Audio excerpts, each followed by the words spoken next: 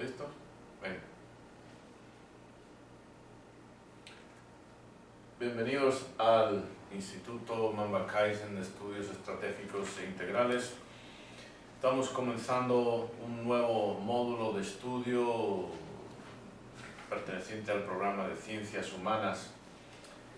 Este módulo lo he denominado Notas sobre la Identidad, no Notas sobre Estudios de la Identidad. Y vamos a ir progresando poco a poco con las filminas que tengo preparadas con el PowerPoint, y conforme tengáis preguntas pues alzáis la mano y lo hacemos así de una forma interactiva, que seguro que será más ameno para nuestros espectadores. El concepto de la identidad es fundamental para el estudio del ser humano en muchas disciplinas. Muchas disciplinas. De hecho, ya nosotros tenemos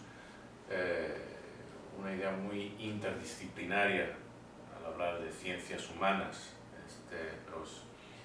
Entonces, todas las disciplinas que estoy mencionando aquí, para las cuales la identidad es importante, forma parte de lo que nosotros estudiamos con o en ciencias humanas. Entonces, la identidad es importante en las ciencias neurocognitivas y afectivas. A veces se encuentra el término neurocognitivo-afectivo, se extiende, originalmente era neurocognitivo. Estudian esencialmente la relación entre la mente y el cerebro, esa relación entre la biología de la mente y entre la biología del cerebro, la neurofisiología, neuroanatomía, psiquiatría, etc., y los procesos mentales. Entonces, originalmente se conocía ciencias neurocognitivas. Cuando yo lo estudié, y al año así empezaron a salir textos titulados Neurociencias Cognitivas y Afectivas. También es importante la identidad en la antropología, que es el estudio de la cultura. Es importante en la psicología, en la sociología, estudio de sociedades, en la filosofía, en la teología, estudio de la religión, e incluso en la inmunología, curiosamente. Y por supuesto también lo es para el paradigma y estrategia existencial. Vamos a más adelante definir esos términos: paradigma, estrategia existencial, que conocemos como MAMBA. MAMBA, que en inglés es un acrónimo, significa Mastering the Art of Mind, Body and Action. En castellano se traduciría así como Amaestrando el arte de mente y cuerpo en acción. Para nosotros la identidad es fundamental. En MAMBA hablamos de la identidad dentro de un complejo dual de dos cosas, conocido como la identidad-misión. Entonces, este estudio de la identidad pues nos lleva a una serie de preguntas en cuanto a la definición y naturaleza de lo que nosotros conocemos como la identidad-misión. Nos lleva a preguntar pues, en qué consiste la identidad-misión en MAMBA, por qué incorporamos el concepto de misión a la identidad. Esto es algo nuevo. La identidad en estas otras disciplinas se estudia por su cuenta, de una forma independiente, pero para nosotros la identidad, misión, son dos caras de la misma moneda. Se complementan, y vamos a ver más adelante por qué. Y claro, pues cabe preguntarse para qué sirve la identidad-misión. Queremos estudiar, parte de este estudio es ver cómo se compara y contrasta la identidad-misión en MAMBA con el concepto de la identidad en otras disciplinas e ideologías. O sea, cómo es nuestra identidad dentro de la identidad-misión, cómo se compara a la identidad en otras ideologías, otras disciplinas como la antropología, la psicología, la sociología, las neurociencias, la teología o el estudio de las religiones, etc. Queremos hacer una comparación y un contraste con nuestro concepto y de otros. Entonces, estas y muchas otras son algunas de las preguntas fundamentales que vamos a explorar en este módulo de notas sobre estudios de la identidad. Intuitivamente todos sabemos lo que es una misión. Aquí tengo una definición, algo que nos proponemos lograr, algo encomendado de vital importancia. Y hay otras definiciones, misión diplomáticas, militares, etc. Pero esencialmente el concepto de misión tiene que ver con algo muy importante que hay que lograr, que nos han encomendado, nosotros mismos nos encomendamos. Entonces, no es difícil. Pero el concepto de identidad nos resulta algo bastante más escurridizo, más difícil de definir. De hecho, como veremos a lo largo de este módulo, veremos que diferentes disciplinas lo ven de una forma algo distinta y que dentro de cada disciplina hay corrientes ideológicas, teorías que no concuerdan entre sí, quizás hasta se contradicen, no estén de acuerdo, pero bueno, entonces es algo difícil. Uno de los propósitos principales de este estudio es el de comparar, contrastar y completar la definición de la identidad dentro de lo que nosotros conocemos como la identidad misión de Mamba. Entonces queremos complementarlo, enriquecerlo y ver cómo compara y contrasta con otros conceptos de identidad propios de otras disciplinas. Entonces queremos comprender en qué consiste la identidad misión de Mamba conjuntamente, analizando, explorando, profundizando en ese concepto de la identidad desde una perspectiva interdisciplinaria. El concepto de misión me queda claro con la diapositiva.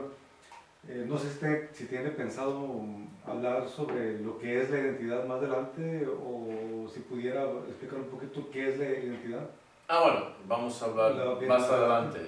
Tenemos temas preliminares, conceptos preliminares que explicar y definir antes de llegar a eso. Okay. Entonces, para lograr nuestro objetivo, iniciaremos el estudio de la identidad misión de Mamba y del concepto de identidad, en general definiendo y explicando ciertos términos preliminares. Estos términos preliminares principalmente son el concepto, que es un concepto, esquema, paradigma, cosmovisión y estrategia existencial.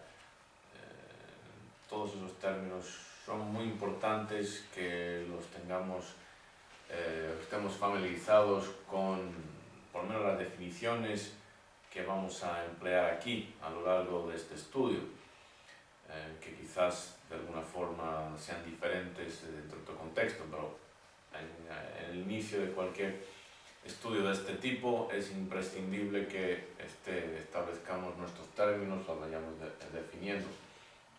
Concepto. ¿Qué es un concepto?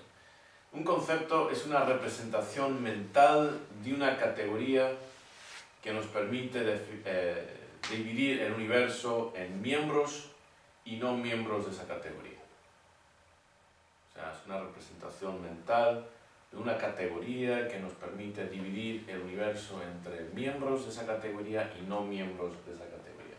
¿Qué significa eso? Podemos dar un ejemplo. El concepto de musculoso. El concepto de musculoso nos permite la creación de una categoría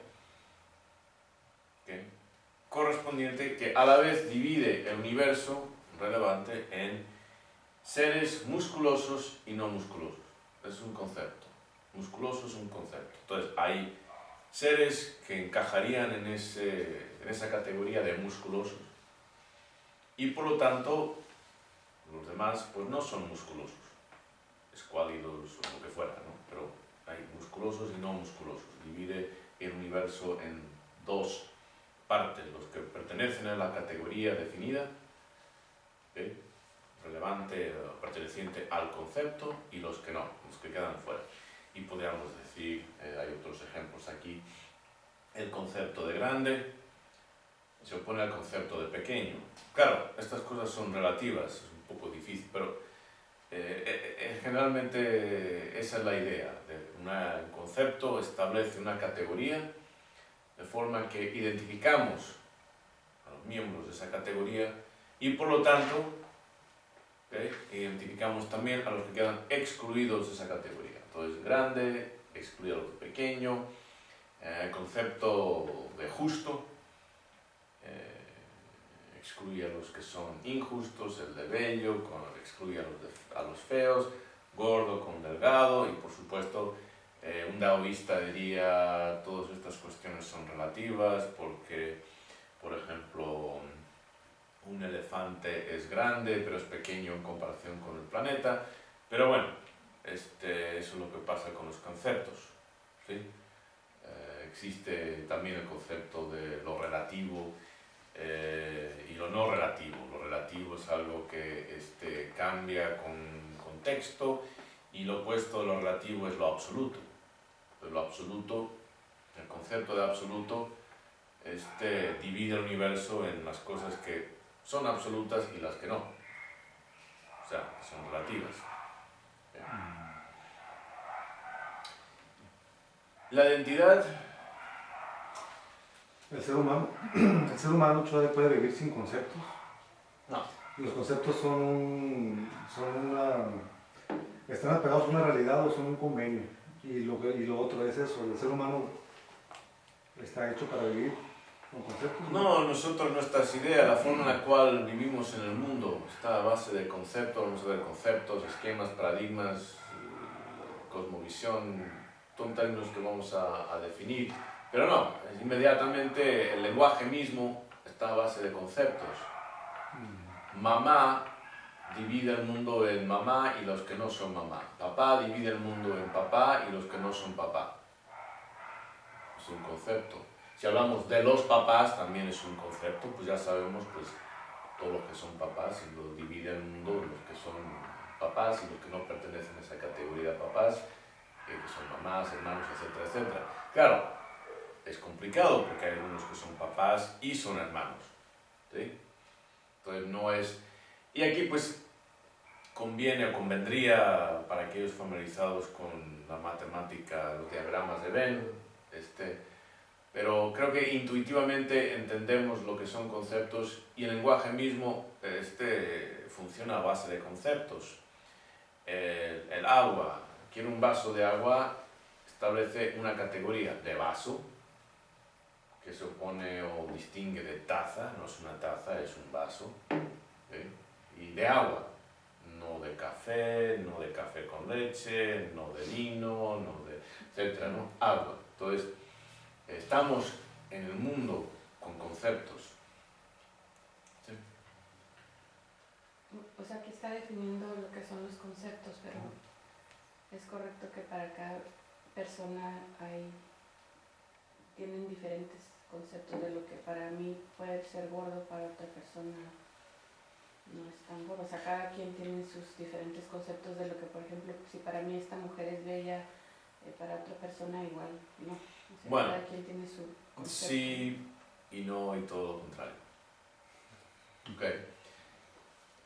Lo bello, el concepto de bello, lo compartimos todos. Que no estemos de acuerdo en lo concreto de cómo se aplica, ahí está lo relativo, pero lo concepto existe una rama de la filosofía que es la estética. Los griegos estaban muy obsesionados con esta cuestión de lo que es bello y lo que no es bello y por qué es bello y lo relativo y lo absoluto, lo objetivo de la belleza versus lo subjetivo. Pero entonces, por una parte, todos tenemos un concepto de lo que... El concepto de bello es universal. Ahora, lo concreto, ¿a qué aplica ese concepto? Eso ya es relativo, eso ya viene a ser pues, cultural, incluso individual, igual que el concepto de gordo o de delgado, ¿sí? O el concepto de lo justo, todas las culturas tienen una idea de lo que es justo. Ahora, en cuanto a en qué consiste específicamente y cómo se aplica, eso ya viene, ahí es donde entra el relativismo cultural, o entraría incluso lo subjetivo, lo personal, o sea, a nivel personal cada uno va a tener su propia idea de lo que es bello, de lo que es gordo, de lo que no es gordo, de lo que es musculoso, de lo que es grande, de lo que es pequeño, pero el concepto mismo de grande, de pequeño, de bello, de feo, etc., ese es universal.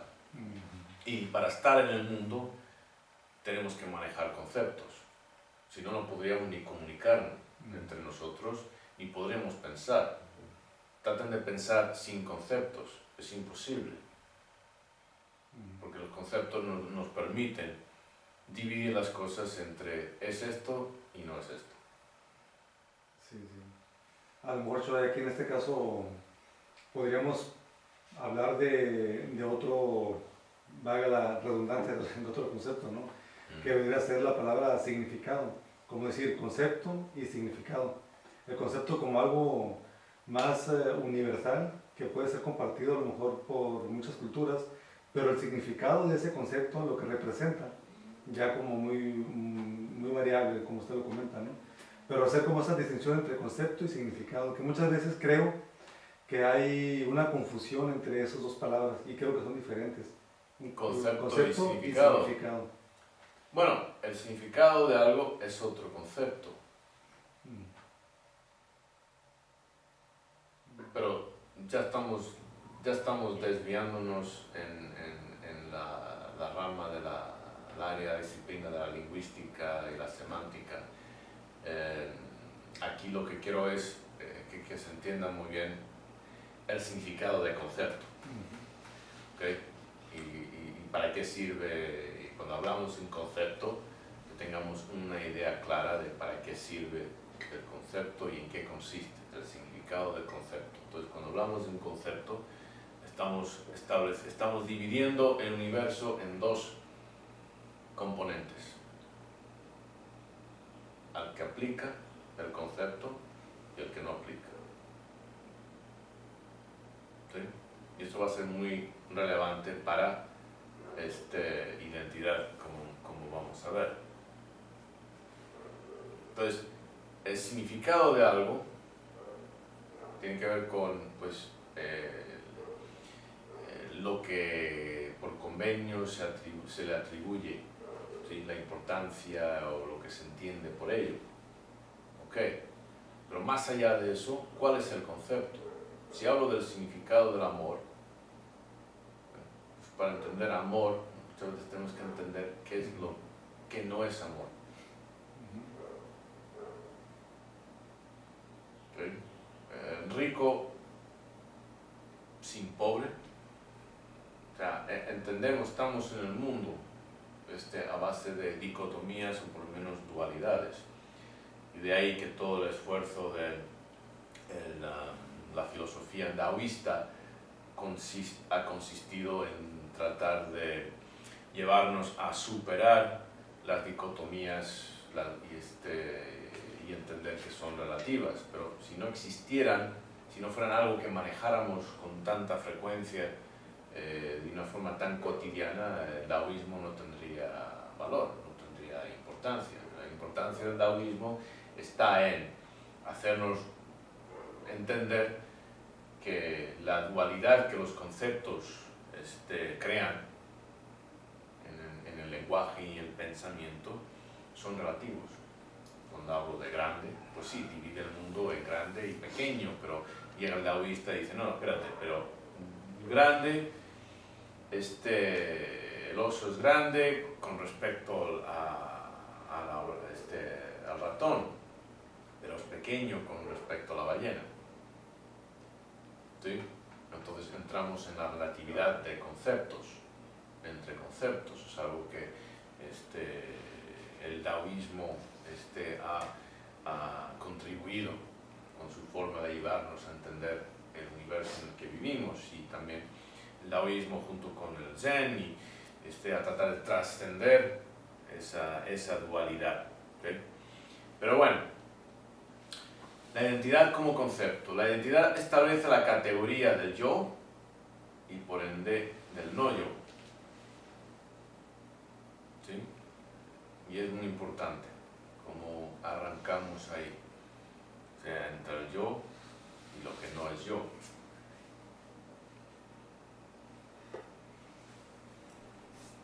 A la vez, la identidad establece la categoría de iguales que o semejantes a mí y por lo tanto la de diferentes o ajenos a mí. Esto lleva al fenómeno o proceso de la identificación, según el cual atribuimos identidad o individual o pertenencia a una categoría.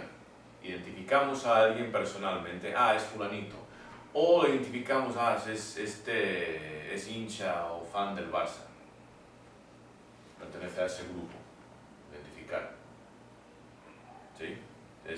Entonces, pertenece a esa categoría de fans, seguidores de este club de fútbol en particular, por lo tanto, no es fan de otros. Claro, puede ser fan de más de un club, pero así lo identificamos. La identificación tiene que ver con identidad cultural, identidad racial, identidad nacional, ¿sí? Entramos en, pertenecemos a o atribuimos pertenencia a un grupo, a una persona o a un objeto, ¿sí? El ser humano se identifica como mamífero, pertenece a esa clasificación, vertebrados, con sangre caliente, etcétera, etcétera, etcétera, con cabello, pelo, cuerpo, etcétera, ¿sí? Eso es todo, lo cual, pues, no vertebrados o no mamíferos, pues, reptiles, aves, ok. La inmunología ha sido descrita de una forma muy interesante como la ciencia de la discriminación entre el yo y el no yo, Klein, 1982. O sea, vemos aquí el concepto de identidad a nivel fisiológico, biológico. Pues los genes hacen eso. O sea, nos identificamos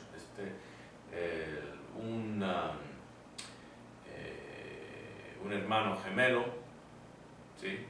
Se identifica más con uno biológicamente que un hermano, que un gemelo fraternal, que un gemelo, ¿sí? Un mellizo, perdón, ¿sí? Dos hermanos pues se identifican más biológicamente que los primos, ¿sí?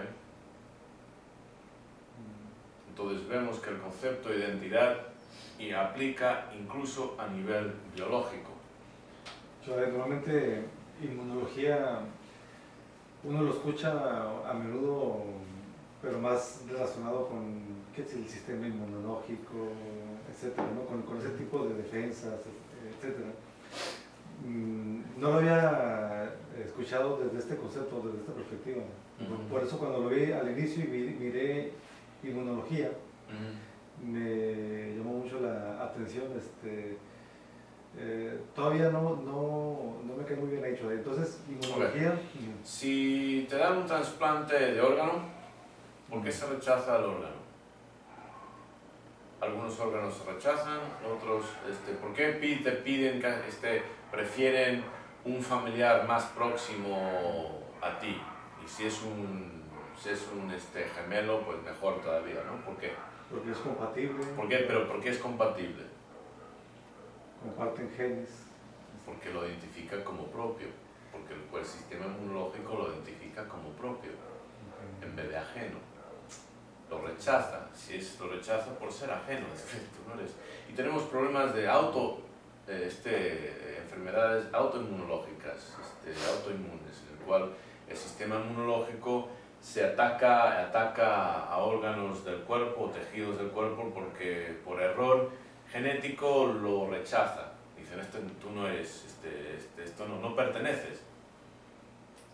No perteneces y lo ataca. ¿Sí? Entonces, fallas del sistema inmunológico tiene que ver con cuando no identifica algo como ajeno a uno, o cuando identifica tejido que es propio como ajeno, ¿sí? Pero de hecho vamos a estudiar el sistema inmunológico, sigamos esa parte, pero es mi plan desde ese punto de vista. Es un punto de vista algo diferente como típicamente se estudia el sistema inmunológico. Dices bien, se estudia como pues usan muchas metáforas de guerra, de ataque, etc. Pero esta definición del sistema inmunológico fijaros, desde el 82, pues impactó mucho porque ahí establece el concepto, ahí está el concepto, establece la cuestión de identidad a nivel biológico, ¿sí? Y eso tiene muchas ramificaciones.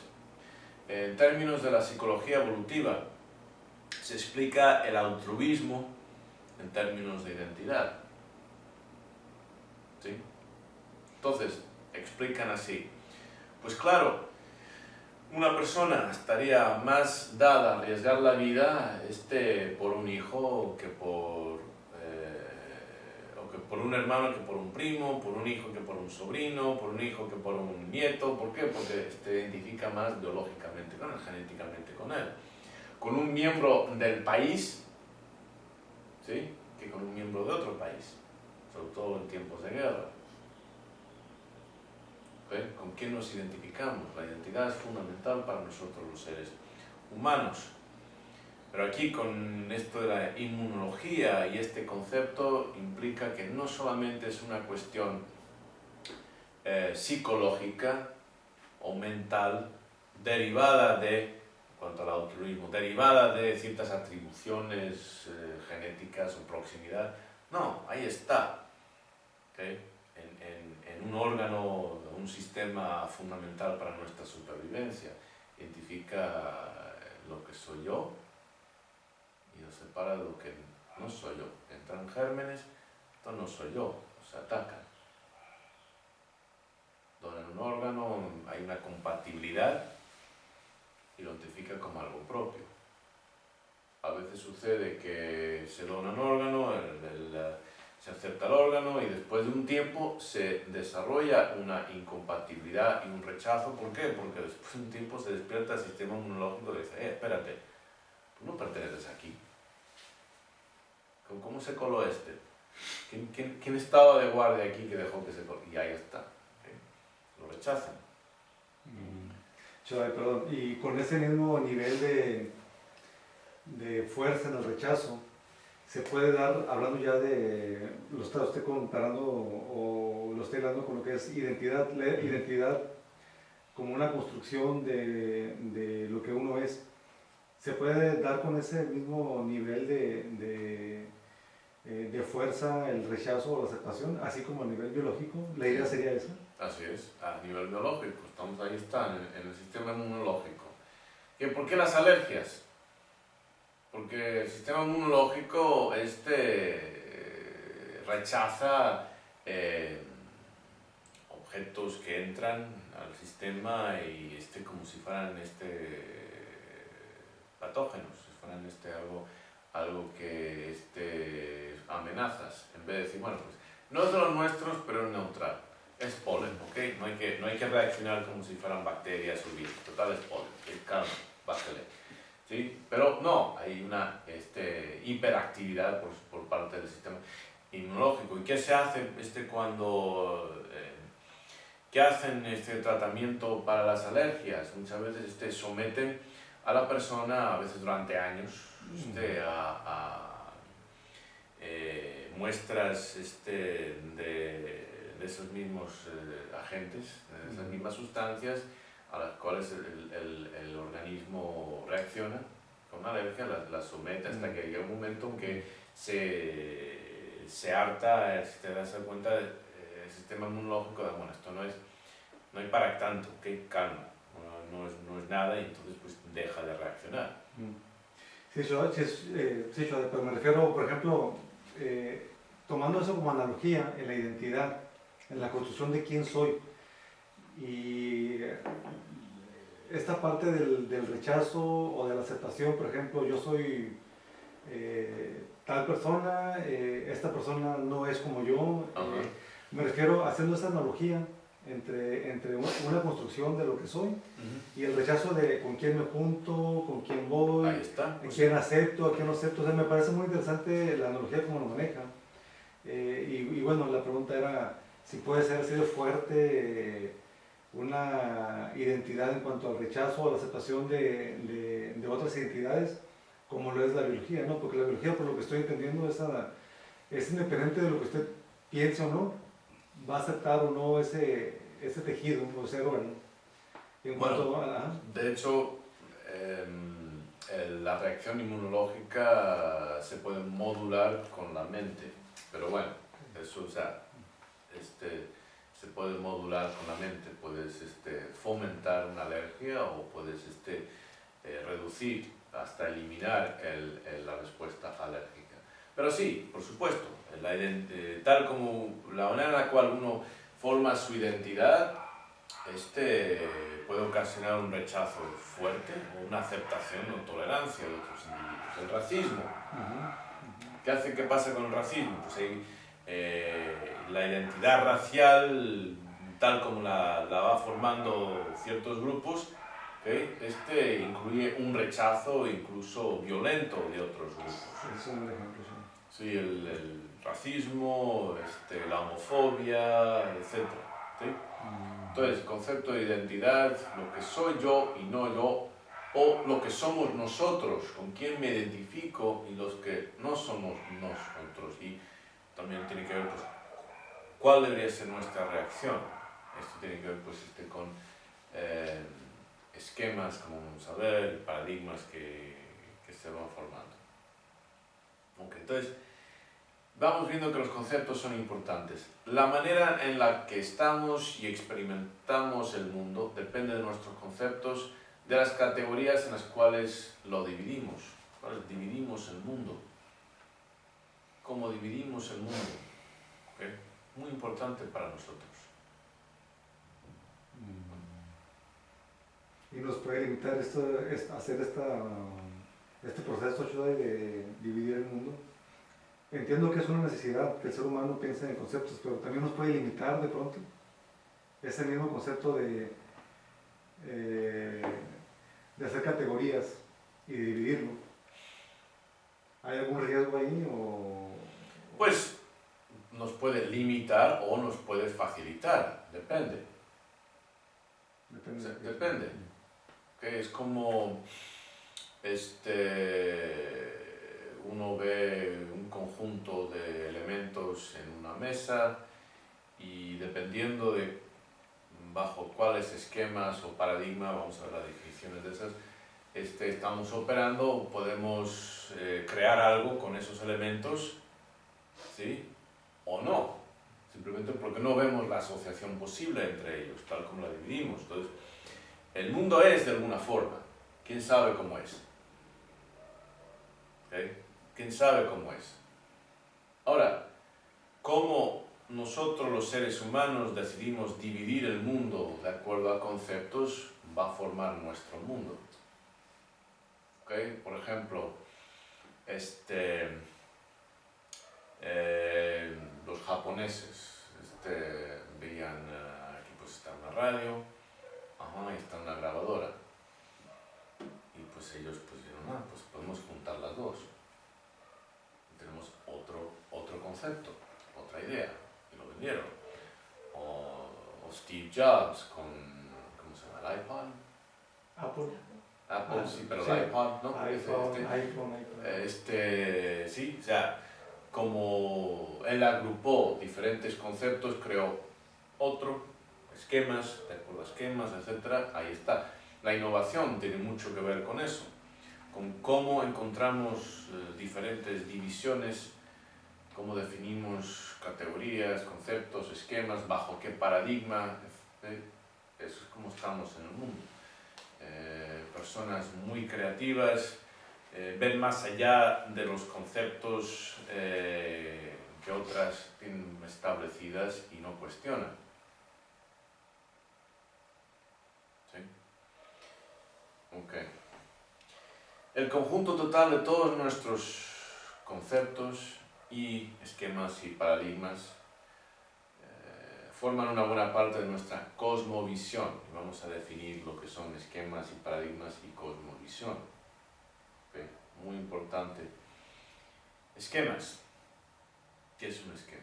Pues un esquema es el criterio, modelo cognitivo o representación mental según el cual relacionamos o asociamos diversos conceptos.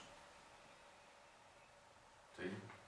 Es el criterio, la forma en la cual, de acuerdo a la cual asociamos diversos conceptos. ¿Puedo dar un ejemplo, Joan? ¿Ok? Si yo digo taza, leche, café, ¿ok? Pues taza, leche, café, pues se pueden considerar como tres conceptos diferentes. Concepto de taza, concepto de leche, concepto de café. Pues no tienen por qué asociarse. Pero luego está el esquema de café con leche.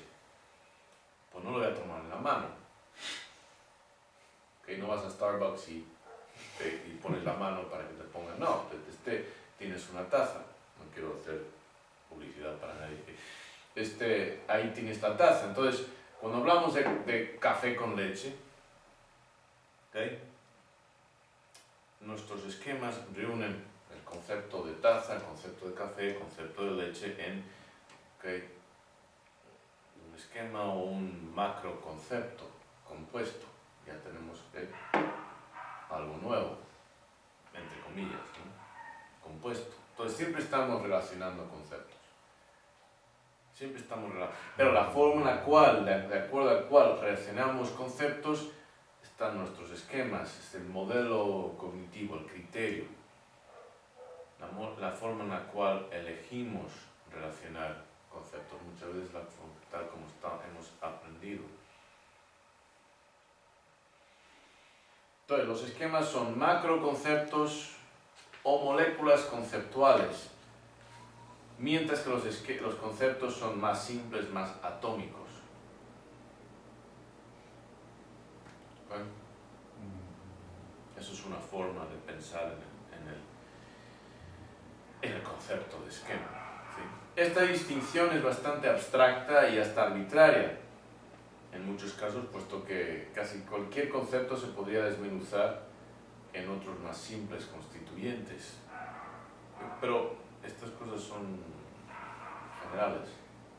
Es muy difícil de definir o distinguir así concepto de esquema.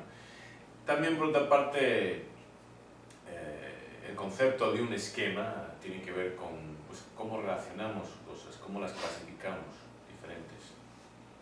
Entonces, pues, concepto tiende a ser algo más simple, más básico. Esquema tiene que ver con conceptos que ya hemos agrupado de una forma y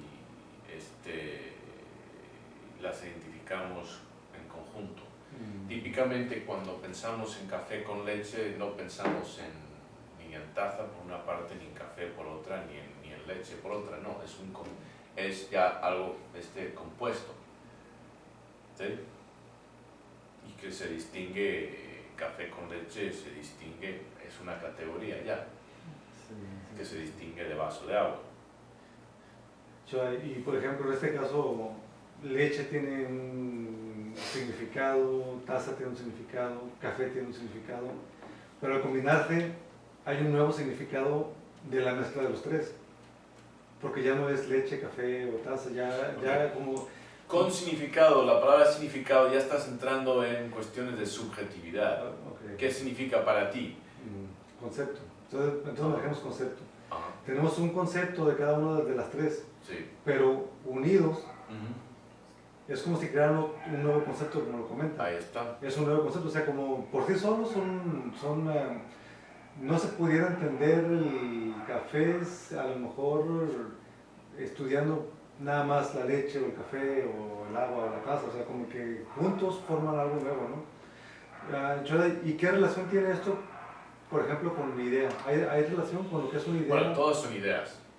¿Un esquema pudiera ser una idea? Es que todos son ideas. Una idea es una representación mental Todos, de algo. okay. Todos son ideas. Para que sea Es rico, cómo agrupamos las ideas. ¿Cómo ¿Sí? agrupamos? ¿Cómo agrupamos las ideas para que tengan significado? Para que signifiquen algo para nosotros. ¿Sí? ¿Cómo agrupamos las ideas? El significado es algo subjetivo. Perro. ¿Okay? Ahí está el concepto de perro. El significado, dependiendo si tienes fobia canina o te gustan los perros o eres un gato, pues quizá definitivamente va a tener otro significado que si eres un ser humano. ¿Sí? Entonces, de todos modos, el término esquema, cuando se emplea, tiende a referirse a un concepto complejo, compuesto, elaborado de otros conceptos claramente identificables, como en el caso otra vez de café con leche. Pues es un esquema, este concepto complejo está compuesto y se pueden identificar los conceptos más básicos: leche, azúcar, por supuesto, café y la taza misma. ¿Sí? Ok, ahora llegamos a paradigma. Este término es más complejo, más rico, tiene diferentes significados, definiciones, dependiendo muchas veces de la disciplina en la cual la estamos manejando.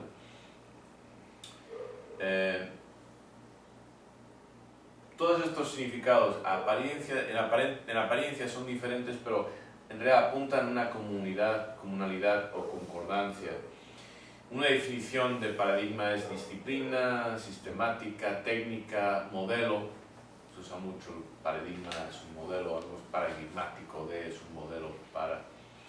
O conjunto de herramientas que definen un problema y representan una solución. Eso es muy importante. Definen un problema y representan una solución. Eso es lo voy a explicar un poco más después. Otra definición de paradigma: algo que sirve de ejemplo o que es ejemplar o un modelo, un propósito de imitar o una manera, de acuerdo, podemos identificar algo o ambas.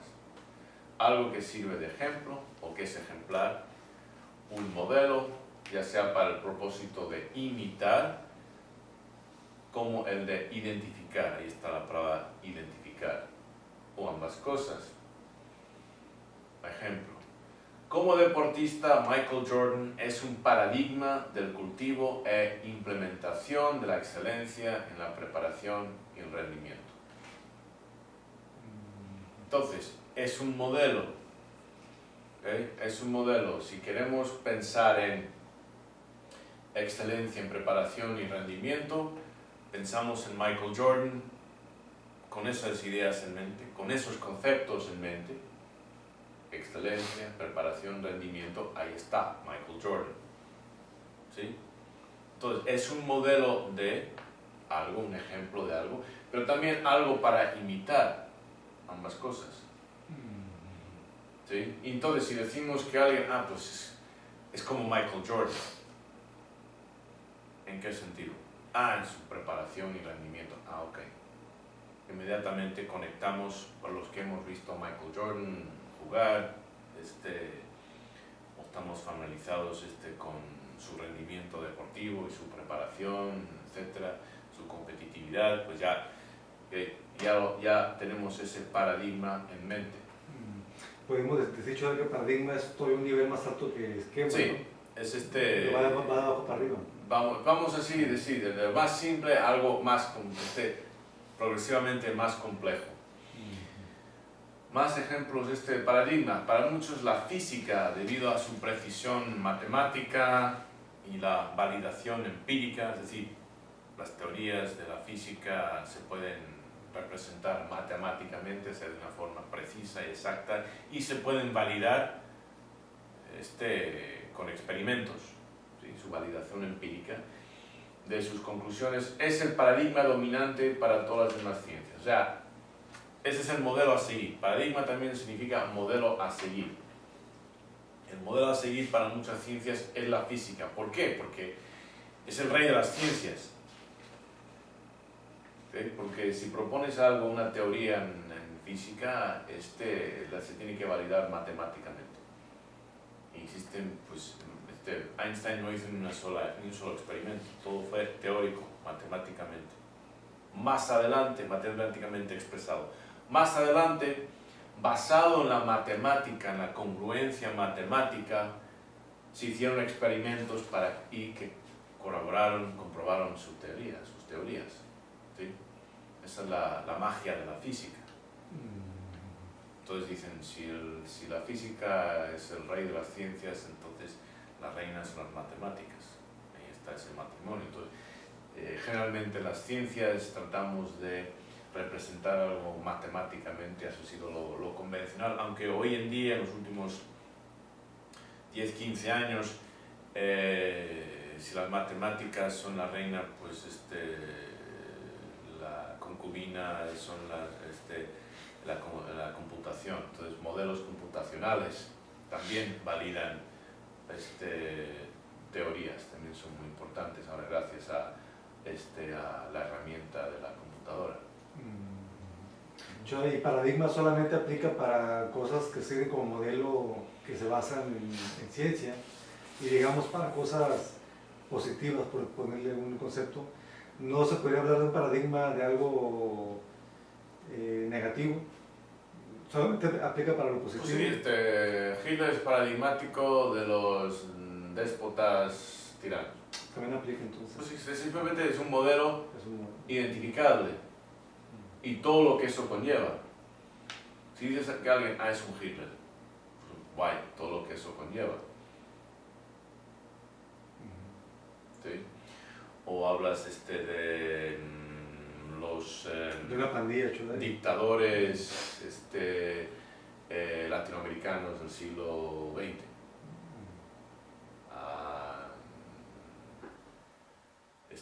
Pues es una categoría, pero es todo un paradigma. ¿Sí? Y si podemos, ¿quién sería paradigmático de los dictadores del siglo XX en Latinoamérica? Pues Pinochet. Ahí está. Boom. ¿Sí? Pues es simplemente algo que representa un modelo, ya sea, no tiene que ser necesariamente a seguir, quizá no sé, quizá alguien quiera seguir a Pinochet, pero es un modelo representativo que establece la categoría en cuanto a cómo se define y cómo se logra. ¿Okay? ¿Preguntas? Sí, por lo que estoy entendiendo, entonces paradigma, no cualquier cosa puede ser paradigma, por lo que estoy viendo tiene que tener un mínimo de esquemas, no con algunos pocos esquemas ya son paradigma, tiene que ser algo más completo en sus elementos, ¿no? No cualquier cosa puede ser paradigma. No, o sea, es algo más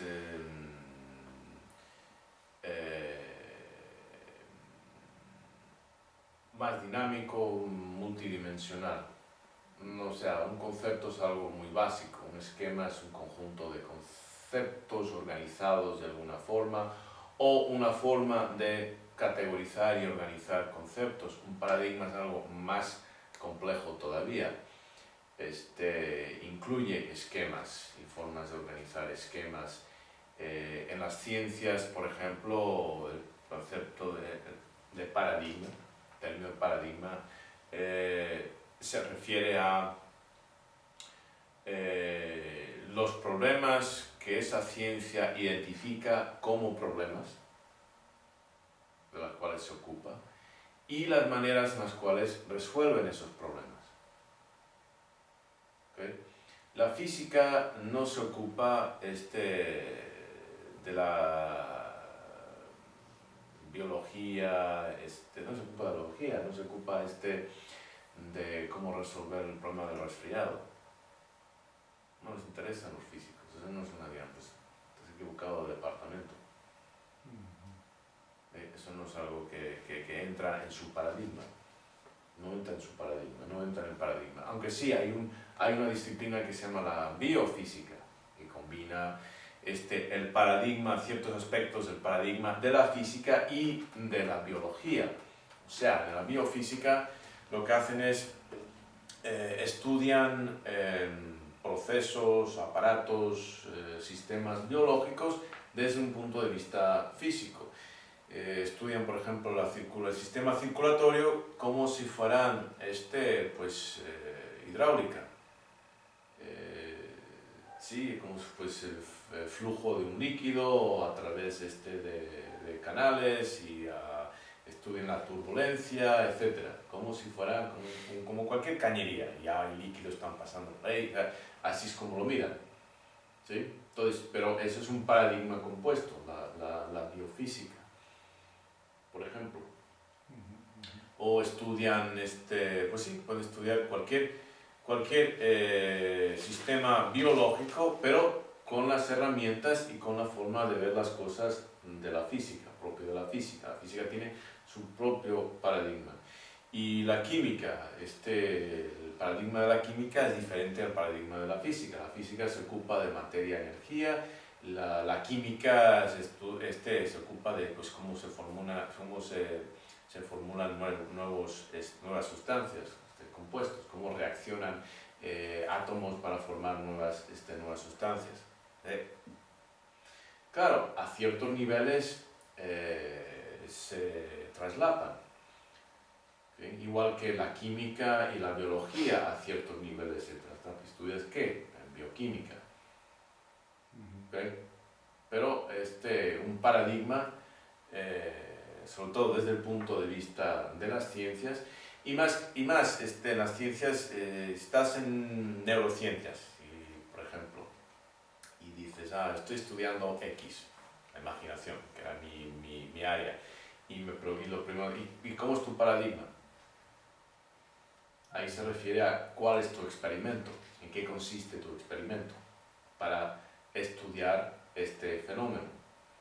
Porque en el experimento mismo estás estableciendo un modelo, ¿sí?, de lo que estás estudiando y por lo tanto de lo que no te interesa estudiar, y estás definiendo una serie de procesos, ¿okay?, para llegar a ciertos resultados. ¿Sí? Sí. Pues esos son los elementos, como hay una idea general de cómo ven el mundo, hay unas premisas y hay unos procedimientos que si se repiten esos procedimientos se llega a esa idea final que ellos tienen y se repite y se repite y se repite siempre y cualquiera lo puede hacer siguiendo ese modelo. O sea, sí, son esos los elementos. Sí. Si quieres, en la ciencia, si quieres descubrir o estudiar un fenómeno, tienes que describir tu paradigma, cuál es tu modelo con el cual vas a enfocarte en este fenómeno, y eso incluye cómo defines el problema y en qué consiste la solución. Para ti, ¿cuál sería una solución válida? ¿Qué es lo que estás viendo? Entonces, si estás estudiando la imaginación, por ejemplo, y tu paradigma es electroencefalográfico, estudia las corrientes que se pueden medir en la superficie del cráneo a través de electrodos, etc. Okay, pues ya tu paradigma ya no tiene nada que ver con lo que surgiría si estuvieras haciendo un estudio de resonancia magnética. Es otro paradigma, es otra forma de estudiar. Estás estudiando el fenómeno desde otro punto de vista, desde otro ángulo. Entonces, ese es el aparato, cuál es el experimento, en qué consiste, pues tienes que definirlo claramente. Entonces eso dice, pues estás viendo la imaginación desde este punto de vista, cómo se puede medir electroencefalográficamente y cómo va, y luego pues tienes que describir pues, cómo vas a analizar la data, etcétera, etcétera. ¿Sí? Un poco más complejo.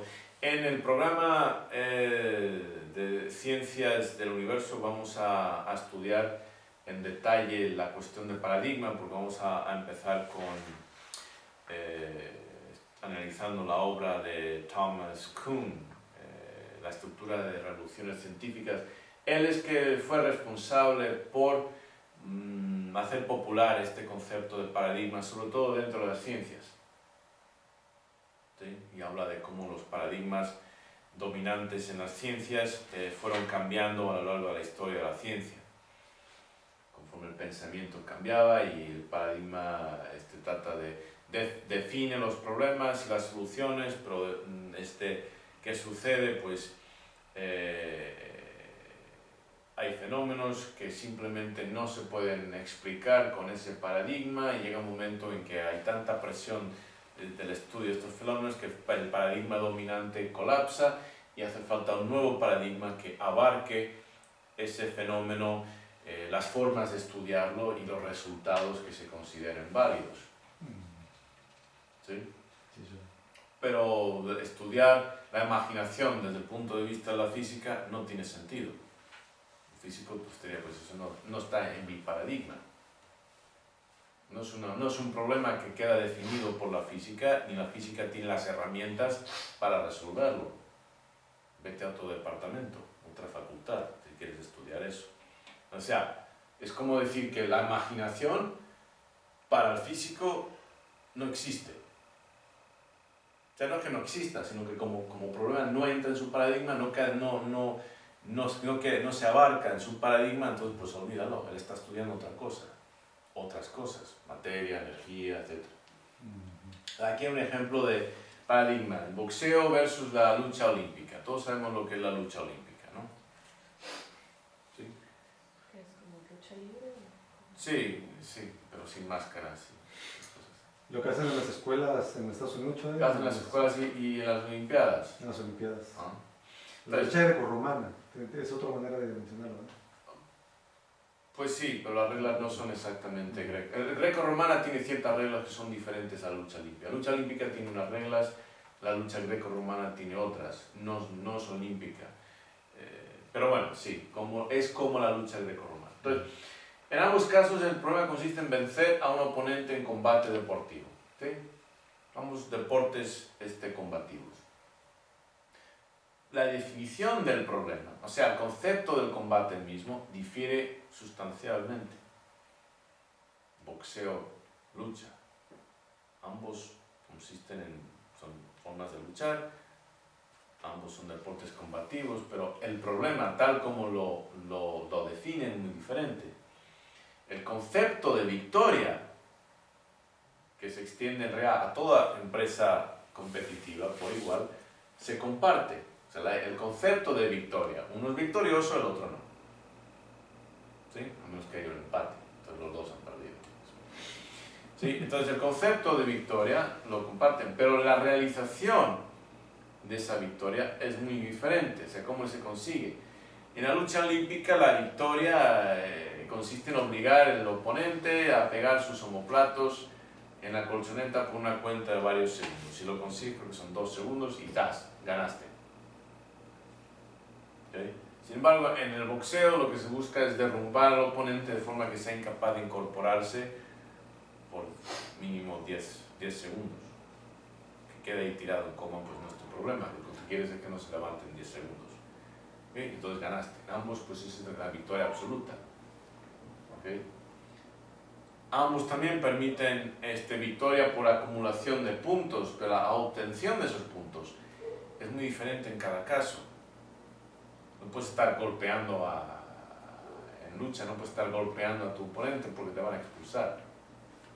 Sí, y en el boxeo tampoco puedes agarrarle y tirarle la colchoneta, porque también vas a perder. Entonces, se dice que el boxeo y la lucha olímpica son dos paradigmas diferentes de combate deportivo. ¿Sí? Igual que pues, la biología y la química, la biología y la física son paradigmas diferentes. Todas son ciencias, pero son paradigmas científicos muy diferentes. Cada disciplina científica presenta o representa un paradigma diferente en cuanto a cuál es la naturaleza de los fenómenos que estudian en cuanto a la metodología que emplean en ese estudio. ¿Sí? Es un buen ejemplo, Chodai, antes de que cambie el tema, ¿no? Yo estuve utilizando el ejemplo de la lucha olímpica y el boxeo. Ambos, como dice, tienen un problema que resolver, por decirlo así, tienen un objetivo o una idea de cómo lo van a lograr. Y ambos pueden ser eficientes según la situación que se está presentando. Y lo que quiero decir es que a veces puede funcionar la lucha olímpica, hablando de un combate, a veces puede funcionar el boxeo. Entonces aquí yo estoy hablando ya un poquito a lo mejor de gente que se queda en un paradigma que es bueno, pero que en otras situaciones, ante otros hechos, pues no es bueno. Bueno, mira, eso es por ejemplo, las culturas son paradigmas. Una cultura es un paradigma, adelantando o quizás saliendo un poco de este contexto, pero la cultura y todo lo que se conlleva, el lenguaje, los principios, los valores compartidos, las formas de tratar. En algunas culturas, la americana, los buenos días pues casi no se dan. O sea, tantas por la mañana y bueno, haz esto. O sea, sin embargo, aquí la gente se ofende mucho si no pues haces todo un ritual de buenos días, que amaneciste, que da todo eso antes de ir al punto. Pues para el americano típicamente eso es absurdo. Y el bla bla bla, ya, ok, venga. ¿Sí? Para los japoneses, antes de negocio, eso pues el protocolo tiene que estar es muy elaborado, eso desespera al americano, que quiere ir al grano. ¿Okay? Entonces, cada cultura tiene su forma de interactuar, lo que consideran por convenio normal, bueno, malo, etc. ¿Sí? Sin embargo, hoy en día, simplemente algunos paradigmas culturales funcionan y otros pues no. ¿Por qué desaparecen culturas? Porque otras acabaron con ellas. ¿Por qué no se habla náhuatl aquí en esta parte del mundo? Porque el paradigma de los aztecas era incompetente comparado al de los españoles. ¿Okay? Simple. La situación cambió, el contexto sociohistórico cambió y lo que fue exitoso para los aztecas en un momento, al día siguiente ya les condenó a la obsolescencia, a ser obsoletos. Se acabó. Y así pues idiomas desaparecen, religiones también desaparecen, no se quedan relegados a categoría de mitologías, etc. ¿Sí? Y es cierto, ¿sí? Si estás compitiendo en boxeo, el paradigma de la lucha es inútil para ti.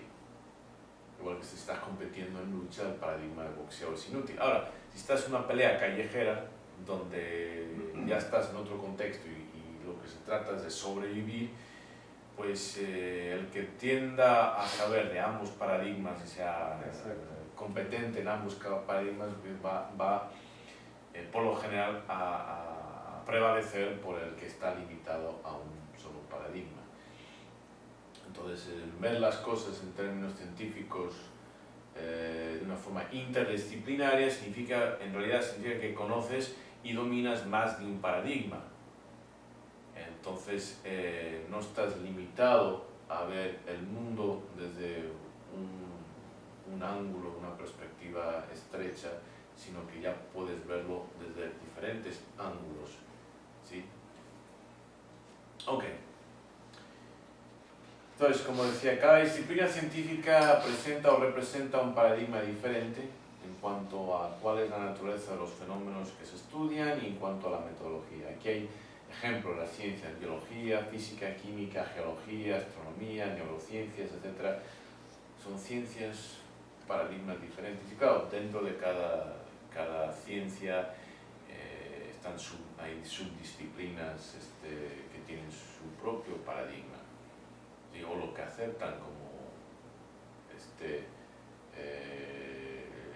un paradigma representativo.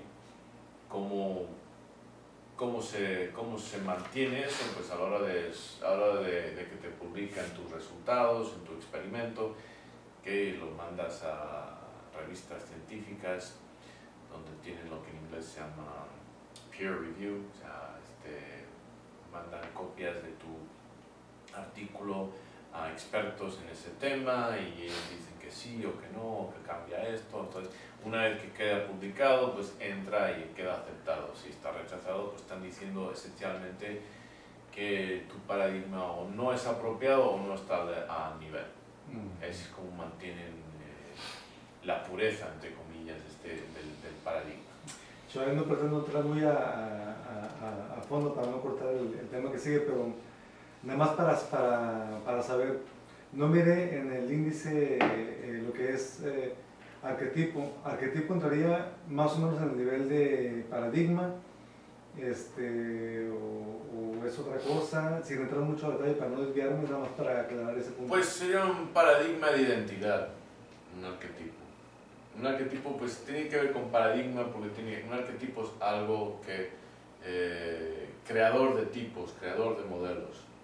Entonces sí está relacionado con paradigma. En el contexto, decimos por ejemplo, Hitler es arquetípico de grandes dictadores.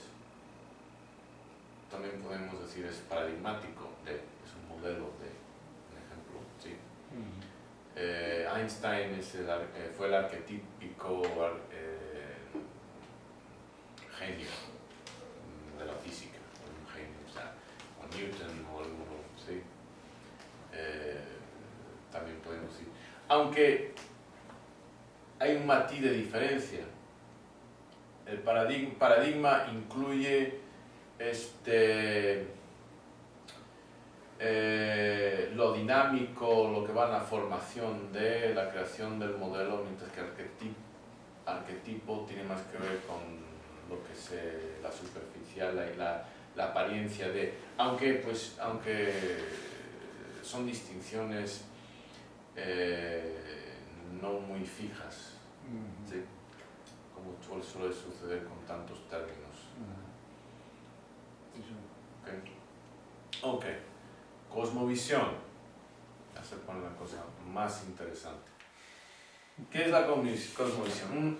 Un esquema, bueno, la palabra cosmovisión, tu visión del cosmos, del mundo. Es una adaptación de la palabra alemana Weltanschauung, pero es muy larga de pronunciar y más de escribir. Entonces nos quedamos con cosmovisión. Es un esquema más o menos comprensivo y explicativo, que abarca, comprensivo, no tanto de sensible, sino que abarca, y explicativo, abarca y explica, que un individuo, grupo, sociedad o cultura, un individuo, un grupo, una sociedad, una cultura, forman sobre la existencia,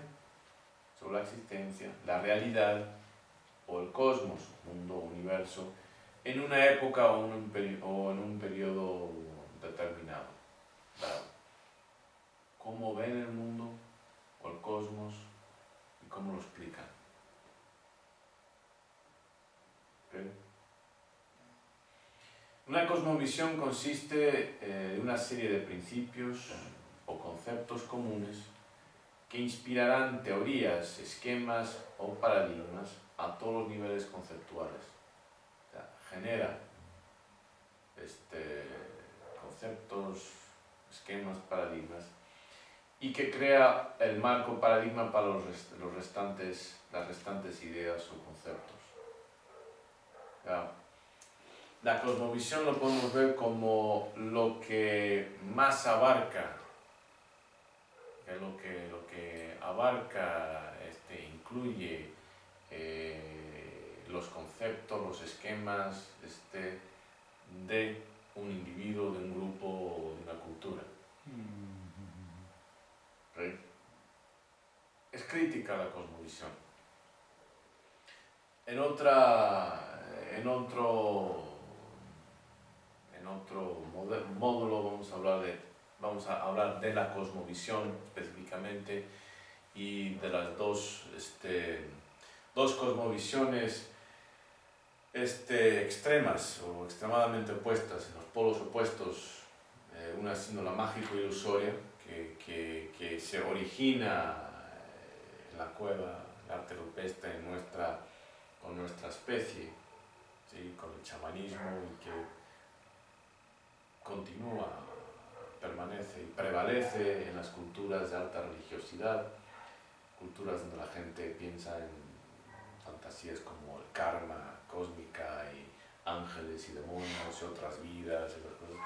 Y la cosmovisión que podemos llamar filosófica empírica. Filosófica porque analizas, cuestionas, empírica porque buscas confirmación. ¿Sí? Son dos extremos, dos polos opuestos que más o menos existen en un yin y un yang, o sea, en una cultura dada, pero las culturas tercermundistas están mucho más arraigadas en la cosmovisión mágico-ilusoria, mientras que las culturas, sociedades primermundistas, son todas más exitosas, están más arraigadas en la cosmovisión filosófica empírica. ¿Sí? Son los que generan tecnología, los que hacen descubrimientos científicos, los que crean nuevos teoremas, resuelven problemas matemáticos, ¿sí? Mientras que los otros todavía están en sus supersticiones, en la Biblia, están en la iglesia en vez de en el laboratorio, ¿okay? Entonces van al sacerdote en vez de al filósofo, ¿okay?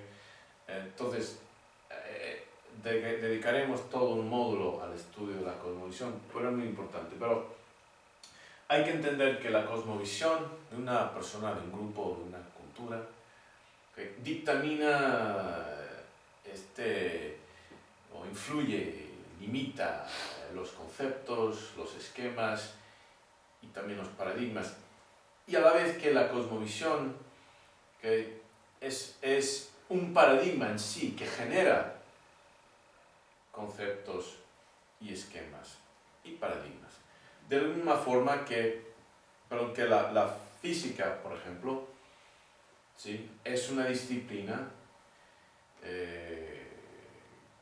que tiene su paradigma, pero se cuestiona, cambia de acuerdo a esas reglas y genera nuevos paradigmas, ¿okay? Dentro del campo de lo que se conoce, se entiende por la física. Una cosmovisión es el paradigma de paradigmas, el que genera los conceptos, esquemas más comprensivos, más amplios, más integrales dentro de una cultura, sociedad o grupo. No sé si se entiende eso. Es el gran paradigma en el cual las personas, grupos, sociedades o culturas ubican y encajan sus demás paradigmas, conceptos y esquemas. ¿Sí? Si la cosmovisión es religiosa, ¿sí?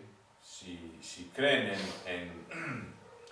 en otras vidas, en la reencarnación, entonces conceptos que tengan que ver con el ateísmo, o esquemas o paradigmas, no van a existir, no van a encajar, van a ser rechazados.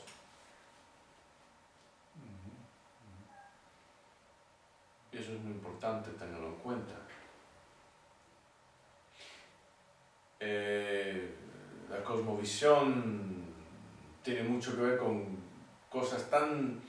aspectos tan minuciosos de la vida de las personas que adhieren a esa cosmovisión, como qué hacen con su tiempo libre, cómo definen lo que es su entretenimiento, lo que es interesante o no es interesante para ellos. El concepto interesante todo el mundo lo tiene, pero ¿en qué consiste interesante? Vemos que para las culturas de cosmovisión mágico-ilusoria, lo que es interesante para ellos tiende a ser reconocido como muy superficial para los de cosmovisión filosófica empírica, que buscan profundidad, entendimiento, trabajan en ideas, mientras que los otros están más en el chisme, las cosas superficiales. ¿Sí? Si ve mucho la parte de, si le ponemos la palabra premisas como la cosmovisión formada por premisas, desde las cuales se interpreta el mundo. Ok, premisas son ideas que das por ciertas, por verdad. Vamos adelante, vamos a ver el término de creencias. Okay. La cosmovisión mágico-ilusoria trabaja mucho en creencias, mientras que la cosmovisión filosófica empírica trabaja en evidencia. Como premisas maneja evidencias. Las culturas religiosas manejan creencias por la naturaleza de su cosmovisión. Cosmovisión abarca lo sobrenatural. ¿Quién ha podido? O sea, no hay evidencia empírica de un ángel, pero como es parte de su cosmovisión, simplemente tienen que aceptar que los ángeles existen. Mientras que en la cosmovisión filosófica empírica no abarca lo sobrenatural. Entonces, ¿quieres hablar de ángeles? A ver, demuéstrame que existe un ángel. No hay evidencia, entonces pues no me pierdas mi tiempo, no me interesa. Así es como influyen las cosmovisiones. ¿Sí? Solo existen dos maneras de verlo así, cosmovisión filosófica y la... No, estoy hablando de dos polos extremos, opuestos. ¿Sí? Estoy hablando pues, en el yin y el yang, en la combinación, pues podemos hacer pues, todo tipo de gris, tonos de gris. Estoy hablando de dos extremos. ¿Sí? Cosmovisión filosófica empírica, más que pues el 85% de los miembros de la Asociación Americana de las Ciencias son ateos, no creen en nada sobrenatural, pues lo que manejan son científicos. Sin embargo, en Latinoamérica, por ejemplo, que casi todos están inmiscuidos en la cosmovisión y mágico-ilusoria, aunque practiquen ciencias, las ciencias, sea enseñan ciencias o trabajan en un laboratorio, su forma de estar en el mundo incluye ángeles y demonios y esas cosas. Y eso va a afectar su rendimiento científico. Si eres un científico, no puedes aceptar que tus experimentos, los resultados de tus experimentos puedan quedar afectados por fenómenos sobrenaturales. No puedes aceptar que va a venir un ángel y va a cambiar tu data. O un demonio porque la tiene jurada contigo, o alguien ha embrujado tu computadora y está distorsionando tu data. Sin embargo, si eres un creyente en ángeles y demonios y eso, aunque seas científico, no te queda más remedio que aceptar que eso es posible. ¿Por qué tipo de científico vas a ser? Por eso el tercer mundo se mantiene en tercer mundo. No puedes ser un gran científico hoy en día, o es muy difícil, y estás creyendo en ángeles y demonios, cuando los ángeles y demonios pues supuestamente pueden hacer cualquier cosa, violando las leyes de las ciencias.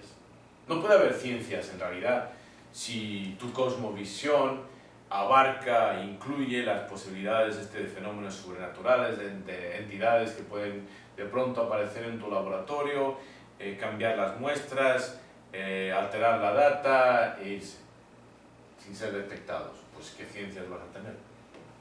¿Cuáles van a ser tus resultados? ¿En qué confianza vas a tener? ¿Cómo vas a interpretar la data así de esa forma?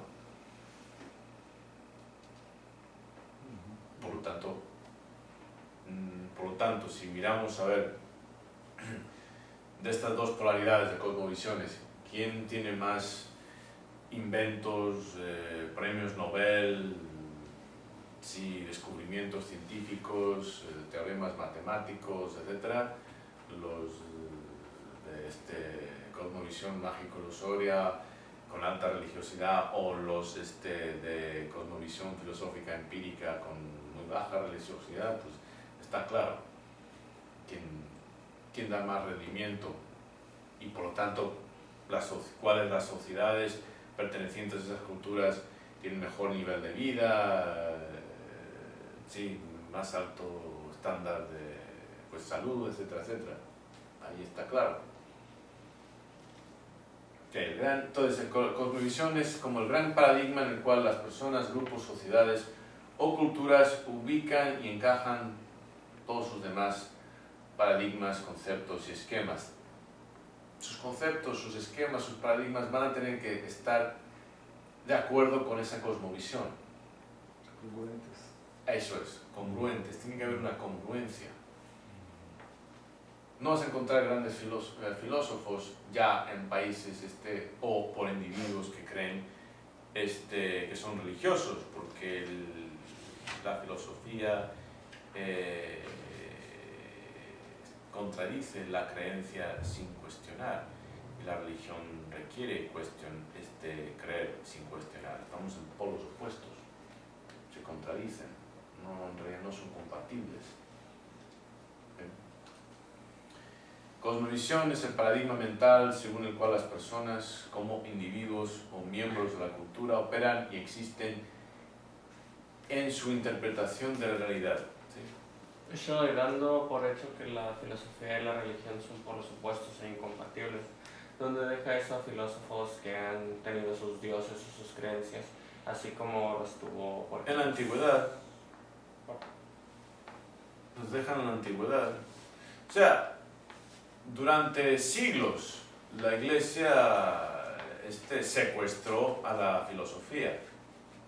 Como dijo Tomás de Aquino, la filosofía es la mucama de la teología, la tuvo secuestrada, literalmente agarraron las ideas de Aristóteles como propias, y durante siglos no hubo ningún avance científico, ningún cambio. El propósito de la filosofía bajo el secuestro de la teología era verificar, comprobar la existencia de Dios y de las creencias teológicas. Pero en realidad no era filosofía, era pseudofilosofía. No puede haber verdadera filosofía cuando las premisas no son comprobables ni son cuestionables. No puede haber verdadera filosofía si no cuestiona la existencia de Dios o de milagros. No puede haber.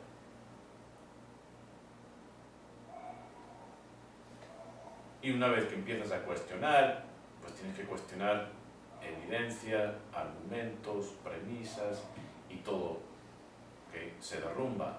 El edificio teológico se derrumba por completo. De alguna forma, y no quiero extenderme demasiado en esto, pero de alguna forma cuando Martín Lutero en el siglo XV atacó la Iglesia Católica, que estaba siendo filosófico, dijo, bueno, a ver, ¿dónde está en las Sagradas Escrituras, dónde está esto de los indultos?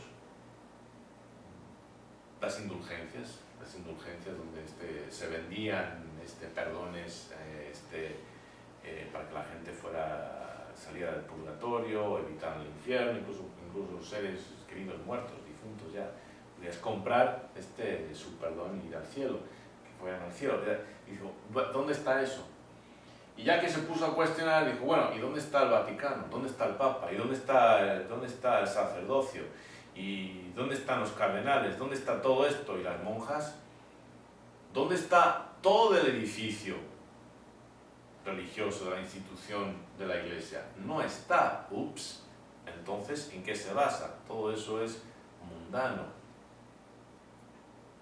No hay evidencia.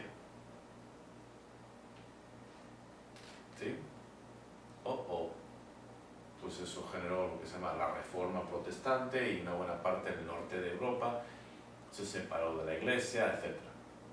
Ok, entonces, cosmovisión está íntimamente ligado a la religión dominante en el grupo. Pues claro, hay sociedad o cultura que sostiene esa cosmovisión. Entonces, cosmovisión está muy ligada, pero no es igual a, no siempre, pero a veces es difícil separar religión de cosmovisión y ambas de cultura. ¿Okay? No son sinónimos, porque puede haber una cosmovisión que no sea religioso por la definición de religión. Religión tiene que ver con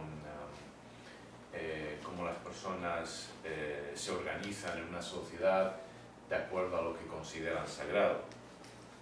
Entonces puedes tener una cosmovisión que no tenga que ver con una organización de acuerdo a lo sagrado, en cuyo caso pues no es sinónimo de la religión, pero influye mucho, sobre todo en las culturas del tercer mundo. ¿Cómo vamos de tiempo? 8:14 ya. Okay, vamos a tomar un descanso, cortamos aquí y continuamos más adelante. Sí, Misiones diplomáticas, militares, etc. Pero esencialmente el concepto de misión tiene que ver con algo muy importante que hay que lograr, que nos han encomendado, nosotros mismos nos encomendamos. Entonces, no es difícil. Pero el concepto de identidad nos resulta algo bastante más escurridizo, más difícil de definir. De hecho, como veremos a lo largo de este módulo, veremos que diferentes disciplinas lo ven de una forma algo distinta y que dentro de cada disciplina hay corrientes ideológicas, teorías que no concuerdan entre sí, quizás hasta se contradicen, no estén de acuerdo, pero bueno, entonces es algo difícil. Uno de los propósitos principales de este estudio es el de comparar, contrastar y completar la definición de la identidad dentro de lo que nosotros conocemos como la identidad misión de Mamba. Entonces queremos complementarlo, enriquecerlo y ver cómo compara y contrasta con otros conceptos de identidad propios de otras disciplinas. Entonces queremos comprender en qué consiste la identidad misión de Mamba conjuntamente, analizando, explorando, profundizando en ese concepto de la identidad desde una perspectiva interdisciplinaria. El concepto de misión me queda claro con la diapositiva. No sé si tiene pensado hablar sobre lo que es la identidad más adelante o si pudiera explicar un poquito qué es la identidad. Bueno, vamos a hablar más adelante. Tenemos temas preliminares, conceptos preliminares que explicar y definir antes de llegar a eso. Okay. Entonces, para lograr nuestro objetivo, iniciaremos el estudio de la identidad misión de Mamba y del concepto de identidad, en general definiendo y explicando ciertos términos preliminares. Estos términos preliminares principalmente son el concepto, que es un concepto, esquema, paradigma, cosmovisión y estrategia existencial. Todos esos términos son muy importantes que los estemos familiarizados con existencial, que conocemos como Mamba. Mamba, que en inglés es un acrónimo, significa Mastering the Art of Mind, Body and Action. En castellano se traduciría así como Amaestrando el arte de mente y cuerpo en acción. Para nosotros la identidad es fundamental. En Mamba hablamos de la identidad dentro de un complejo dual de dos cosas, conocido como la identidad misión. Entonces, este estudio de la identidad pues nos lleva a una serie de preguntas en cuanto a la definición y naturaleza de lo que nosotros conocemos como la identidad misión. nos lleva a preguntar pues, en qué consiste la identidad, misión en Mamba, por qué incorporamos el concepto de misión a la identidad. Esto es algo nuevo. La identidad en estas otras disciplinas se estudia por su cuenta de una forma independiente, pero para nosotros la identidad, misión son dos caras de la misma moneda.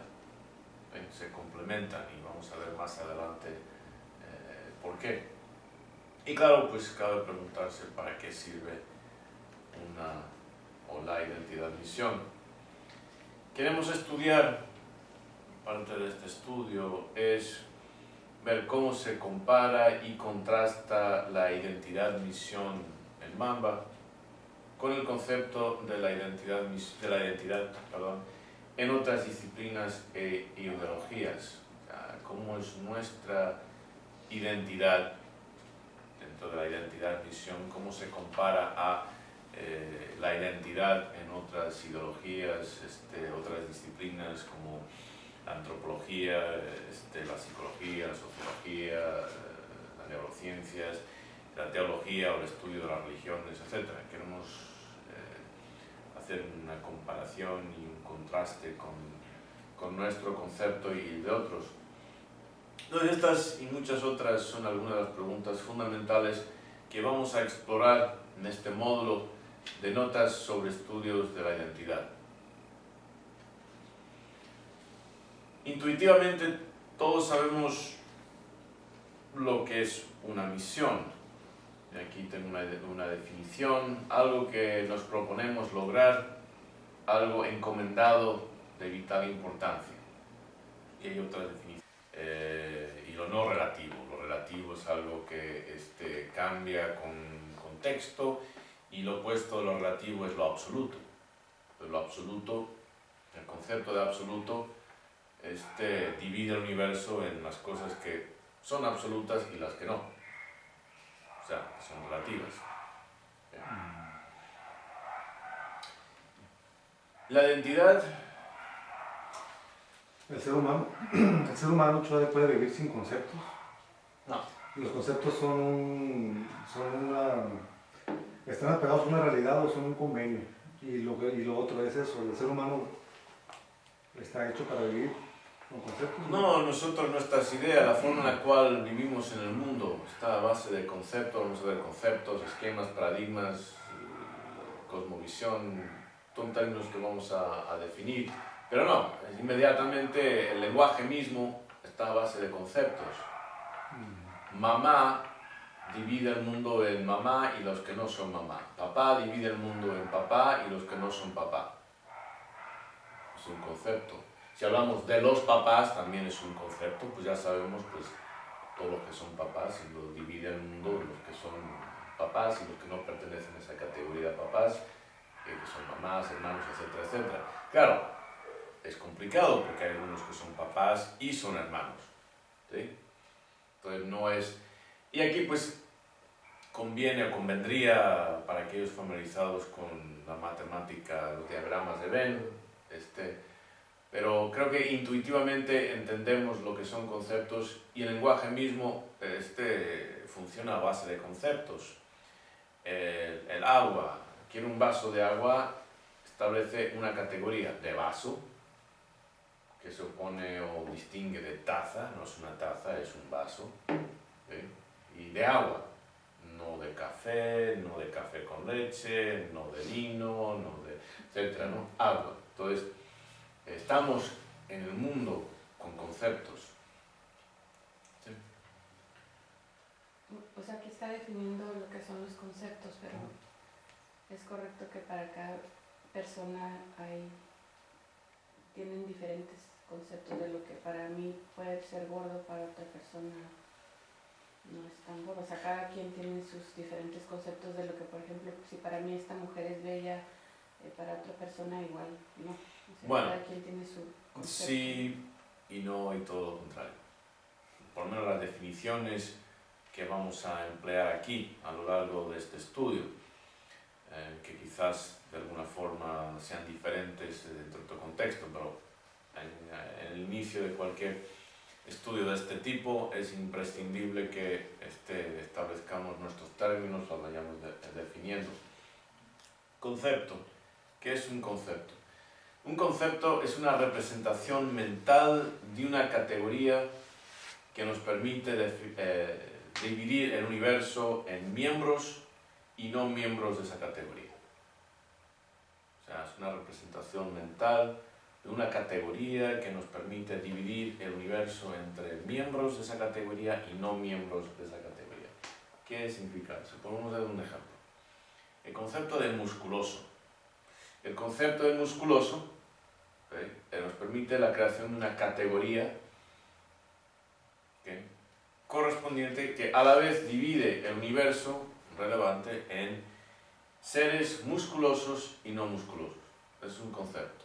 Musculoso es un concepto. Entonces hay seres que encajarían en esa categoría de musculosos y por lo tanto los demás pues no son musculosos, escuálidos o lo que fuera, ¿no? Pero hay musculosos y no musculosos. Divide el universo en dos partes, los que pertenecen a la categoría definida,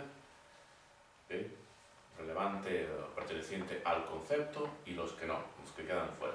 Y podríamos decir, hay otros ejemplos aquí, el concepto de grande se opone al concepto de pequeño. Claro, estas cosas son relativas, es un poco difícil, pero generalmente esa es la idea. Un concepto establece una categoría de forma que identificamos a los miembros de esa categoría y por lo tanto identificamos también a los que quedan excluidos de esa categoría. Entonces, grande excluye a los de pequeño, el concepto de justo excluye a los que son injustos, el de bello excluye a los feos, gordo con delgado, y por supuesto un daoísta diría todas estas cuestiones son relativas porque, por ejemplo, un elefante es grande pero es pequeño en comparación con el planeta, pero bueno, eso es lo que pasa con los conceptos, ¿sí? Existe también el concepto de lo relativo. ¿Listo? Venga. Bienvenidos al Instituto Mamba Kaizen de Estudios Estratégicos e Integrales. Estamos comenzando un nuevo módulo de estudio perteneciente al programa de Ciencias Humanas. Este módulo lo he denominado Notas sobre la Identidad, no Notas sobre Estudios de la Identidad. Y vamos a ir progresando poco a poco con las filminas que tengo preparadas con el PowerPoint, y conforme tengáis preguntas pues alzáis la mano y lo hacemos así de una forma interactiva que seguro que será más ameno para nuestros espectadores. El concepto de la identidad es fundamental para el estudio del ser humano en muchas disciplinas. Muchas disciplinas. De hecho, ya nosotros tenemos una idea muy interdisciplinaria al hablar de ciencias humanas. Entonces, todas las disciplinas que estoy mencionando aquí, para las cuales la identidad es importante, forman parte de lo que nosotros estudiamos con o en ciencias humanas. Entonces, la identidad es importante en las ciencias neurocognitivas y afectivas. A veces se encuentra el término neurocognitivo-afectivo, se extiende, originalmente era neurocognitivo. Estudian esencialmente la relación entre la mente y el cerebro, esa relación entre la biología de la mente y entre la biología del cerebro, la neurofisiología, neuroanatomía, psiquiatría, etc., y los procesos mentales.